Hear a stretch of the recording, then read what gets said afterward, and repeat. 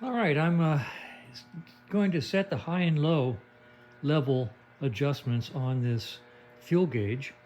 Uh, Once I do that, I'll put all these wires inside the headlight and close it up, and I'll put the little control panel in there for future use in case anybody in the future wants to use it. I'm draining the tank right now, so the tank will be empty for the first adjustment setting. Over here I have the directions on how to do the low level set and the high level set. Pretty straightforward. This is the modified wiring diagram I made from the original, remembering that the original intent of this system is to work on a negative ground system. It had to be modified to work on a positive ground system. So I took their diagram and I modified it to show a a positive ground wiring diagram, and that's the way I installed it, and it seems to work. So in a moment I'll do the low level set, then the high level set, and button the bike up.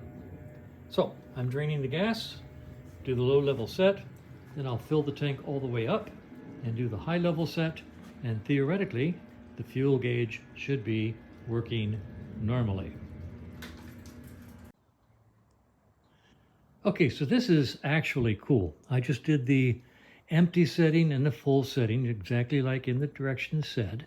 And now I'm going to come over here and turn on the ignition switch, and you can watch the gas gauge. Right now it's sitting on empty because the power is turned off. And I'm going to reach down here and turn the ignition on. And let's do a little zoom action here. All right, turning the ignition on.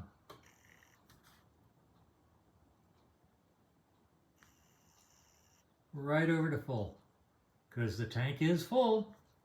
I'm going to turn the ignition off, and it goes off. Okay. I didn't think, all right, I was dubious. I mean, I really was. But it seems to work. So, cool, we'll leave it just like that. I'm going to button the bike up.